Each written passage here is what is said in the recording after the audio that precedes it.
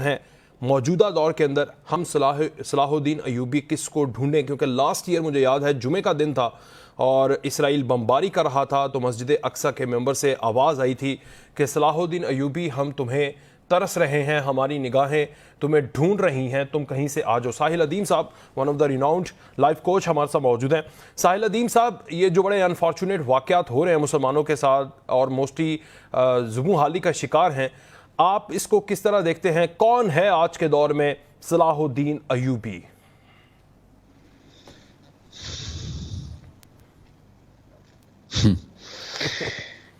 کوئی سیاستدان تو نہیں ہے سر، یہ تو صاف سمجھ آ گئی ہے، بیکاز جس لیول کے اوپر سیاستدانوں نے اپنے آپ کو پلیس کر دیا ہوا ہے، وہ تو جس بینر کو آرگیومنٹیشن کے لیے بیسس کے طور پہ استعمال کرتے ہیں تو وہیں پہ فیل ہو جاتے ہیں۔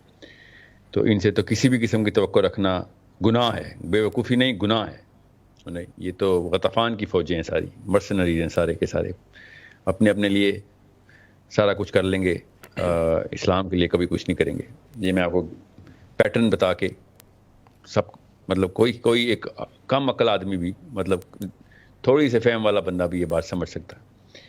دوسری بات، جو علماء کرام ہیں ان کے جو حالات ہیں، وہ جن پولیٹیشین اور پولیٹیکل بینرز کے اندر اپنے آپ کو سیاسی جو کرنٹ سیاستدان ہے، پورے دنیا اسلام کی بات کر رہا ہوں، اپنے آپ کو پلیس کرتے ہیں، وہ درباری ملا ہیں سارے کے سارے، ان سے کیا ایکسپیکٹ کرنا ہے آپ نے؟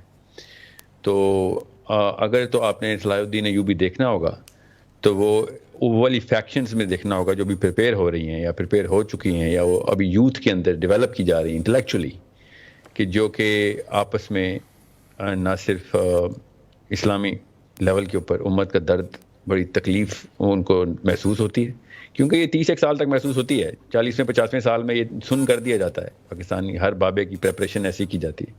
آپ نے کبھی نوٹ کیا ہوگا دنیا اسلام نہیں، پوری دنیا کی انسانوں کی ہسٹری میں کبھی بھی بڑے پولیٹیکل بینر والا بندہ جو کہ چاہے مذہب کی طرف سے آئے یا سیاست کی طرف سے آئے، وہ کبھی بھی 50 سال کراس نہیں کرتا تھا، اس کو مار دیا جاتا تھا، بیکاز وہ جنگوں میں ہوتا تھا، وہ بلیور ہوتا تھا اپنے پرپس کا۔ اچھا، یہ واحد دور گزر رہا ہے پچھلے 200-300 سال سے کہ جس میں مسلمانوں کے مولوی بھی 80-80 سال کے اسکالرز ہیں اور سیاستدان بھی 80-80 سال کے سیاستدان ہیں، اور جرنیل بھی ہمارے 80-80 سال کے جرنیل ہیں۔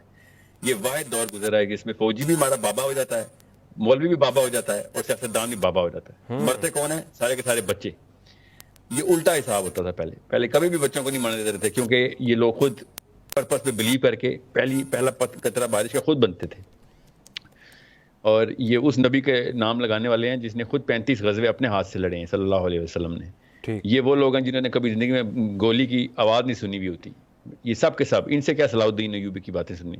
صلاح الدین ایوبی تو تلواروں کے سائے میں پلا تھا اور تلواروں کے سائے میں ہی دفن ہے۔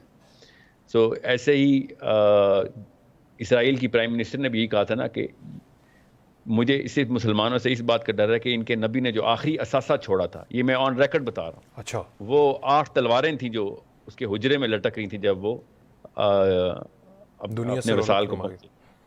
جی ہاں، تو یہ ان کو پتا ہے کہ ہمارا کام جو ہے نا اصل میں کیا تھا، اور ہمیں نہیں پتا۔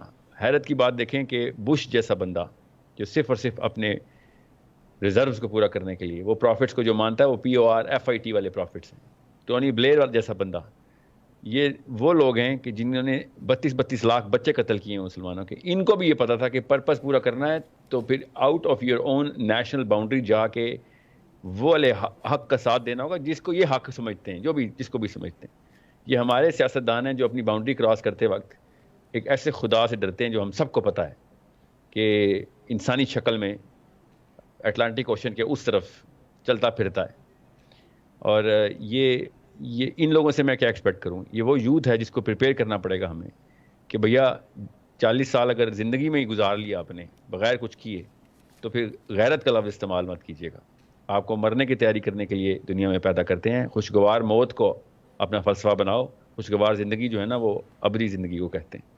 کہ یہ وہ لوگ ہیں جو کہ بابے اس لیے ہوتے ہیں بیکاز یہ خوشگوار زندگی کے ہیپی لائف کے فالوورز ہوتے تھے، اور یہ مرنے سے ایسے ڈرتے ہیں جیسے کہ مسیح آخری دفعہ مریں گے، آخری دفعہ زندہ ہیں۔ یہ مسلمان کو کبھی موت سے اس لیے ڈر نہیں ہوتا، اس کو پتہ ہے کہ پہلی دفعہ مرنا ہے اس نے اس کے بعد ابدی زندگی میں دوبارہ اٹھنا ہے۔ سو ایسے لوگوں سے اسرائیل تو پھر بڑی طاقت لے کے آیا ہے. میں تو حیران ہوں, کسی مداگاسکر یا مالدیو جیسی فوج بھی ہوتی نا جو کہ مسلمانوں کو قتل کر رہی تھی, تب بھی ہم میں سے کسی ایک کے کان پہ جوں نہیں رینگنی تھی. یہ ہمارے حالات ہیں. ان کو بس ٹھٹھے اڑاتے ہیں, تمسخر کرتے ہیں وہ مسلمانوں کی ان نعروں کا کہ جو اپنی پولیٹیکل پارٹی کے لیے تو دنیا میں نکل آئیں گے, اور فلسطین کی بچیوں کو یہودی پکڑ کے ذبح کر رہے ہوں گے, تب ان کو کوئی غیرت نہیں جاگے گی. سر کل آپ بات کر رہے تھے, ہمارے پاس ٹائم کم ہو گیا تھا, ابھی بھی آپ نے بات کر دی ہیپی لائف والی فلاسفی اور ہیپی ڈیتھ لائف فلاسفی. یہ کس طرح پینیٹریٹ کرنی ہے آج کی یوتھ میں, مسلم امہ کی یوتھ میں؟ اور مسلم امہ, ایک تو ہمارے معاشرے کے اندر یونٹی نہیں ہے, تو مسلم امہ کے اندر یونٹی کیسے پیدا ہوگی؟ یہ دو سوال ہیں میرے. یونٹی صرف ایک بینر کے اندر پیدا ہوتی ہے سر, اور وہ بینر ہمارے پاس نبی علیہ السلام کی صورت میں پہلے سے موجود ہے. جب تک بچوں کو سیرہ نہیں پڑھائی جائے گی, حسین علیہ السلام نے کہا کہ عرب کا کوئی بچہ نہیں زندہ ہے اس کو چوتھے سال میں سارے مغازی نہیں یاد. چوتھے سال کی ٹریننگ میں ہوتا تھا کہ نبی علیہ السلام کا ہیروئزم کیسے اسٹیبلش کرتے ہیں بچوں کے اندر, اور وہ ہیروئزم کیسے اسٹیبلش ہوتا ہے ان کی ہیروئک وار اسٹریٹجی سے, اپنی ان بہادری کی داستانوں سے. یہ ہمارے بچوں کو تو چھپائی جاتی ہیں کہ وہ غزوہ نہ پڑھا دینا, کوئی القاعدہ یا آئیسس والے ٹائپ کی کوئی باتیں لگتی ہیں, نعوذ باللہ. ان کو اپنے نبی پہ شرم ہے تو ان کو میں کیا سمجھاؤں, یہ اپنے آپ کو مسلمان کہتے ہیں. ٹیکسٹ میں سے وہ والی چیزیں چھپاتے ہیں. یہودی کانپتا ہے وہ سیرہ پڑھتے ہوئے, کانپ جاتا ہے کہ کہیں یہ پڑھ نہ لیں اور جاگ نہ جائے یہ قوم. اور مسلمان ہیں جو کانپ کے اپنے قرآن کو بھی بند کرتے ہیں, اپنی سیرہ کو بھی بند کیا ہوا ہے ہم نے. سو اس طرح تو کام نہیں ہوگا نا. یوتھ کو جب تک اپنی زندگی کو پیار یاد کرنے اور ہزاروں سال کی دعائیں کرنے والی مائیں جب تک زندہ ہیں تو قوم مری بھی پیدا ہوگی. اچھا, جس قوم کی بھی مائیں ہزاروں سال کی عمروں کی دعائیں کریں اپنے بچوں کے لیے, اس قوموں نے کیا اٹھنا ہے. حضرت اسما بنت ابی بکر, حضرت ابو بکر صدیق کی ساجزادی, ان کا بیٹا عبداللہ بن زبیر 83 سال کے تھے جب حجاج بن یوسف سے لڑائی کرنے جا رہے تھے, اور اسما بنت ابی بکر اپنی آنکھیں کھو چکی تھیں. صحابی وقت نے اکیلی فورس, حجاج بن یوسف جیسا بندہ, اسرائیلی کیا اوقات ہے, حجاج بن یوسف جیسا بندہ اس کے پاس پوری دنیا کی سب سے بڑی طاقت تھی, اس سے لڑنے کے لیے جب اپنے بیٹے کو رخصت کر رہی تھی تو گلے لگیں, تو انہوں نے محسوس کیا کہ میرے بیٹے نے زرہ پہنی ہوئی ہے, تو اندھی آنکھوں سے رو پڑی کہ تجھے 80 سال کی عمر میں بھی زندگی پیاری ہے, زرہ اتار کے جا تاکہ تجھے کسی بھی قسم کا تردد نہ ہو کہ جب تیری تلوار چلے گی تو صرف اللہ کے لیے چلے گی. زرہ اتاری, انہوں نے پھر جا کے لڑائی کی. یہ اس طرح کی قوم کے ہم باشندے ہیں. یہ والے فلسفہ لے کے ہماری مائیں پیدا ہوتی تھیں, تب کہیں جا کے اسلام عروج پہ آیا تھا اور اللہ کا نظام چلا تھا. یہ آج کے دور